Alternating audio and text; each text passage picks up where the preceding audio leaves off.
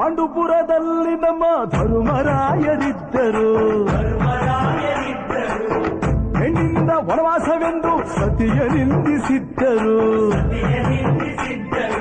ಅತ್ತಳಮ್ಮ ದ್ರೌಪದಿಯು ಅಮ್ಮ ಅಣ್ಣಮ್ಮ ಎಂದು ಮಾನವತಿ ಹೆಣ್ಣಿಗೊಂದು ಸ್ಥಾನ ಕೊಡುಬಾರೆ ಎಂದು ಸೀರೆ ಉಡಿಸಿ ಬಳೆಯ ತೊಡಿಸಿ, ಸೀರೆ ಉಡಿಸಿ ಬಳೆಯ ತೊಡಿಸಿ ತಾಳಿ ಕಟ್ಟಿಸಿ, ಹೆಣ್ಣು ಇಲ್ಲದೆ ಧರ್ಮ ಇಲ್ಲ ಎಂದು ಬೋಧಿಸಿ, ಧರ್ಮನಿಗೆ ತಲೆಗೆ ಏಳು, ಧರ್ಮನಿಗೆ ತಲೆಗೆ ಏಳು ಬಡಿಕೆ ಕೂರಿಸಿ, ಕೈಗೆ ಕತ್ತಿ ಕೊಟ್ಟು ಕರಗ ಶಕ್ತಿ ತೋರಿಸಿ, ನನ್ನನ್ನು ಶಂಕಿಸಿದರೆ,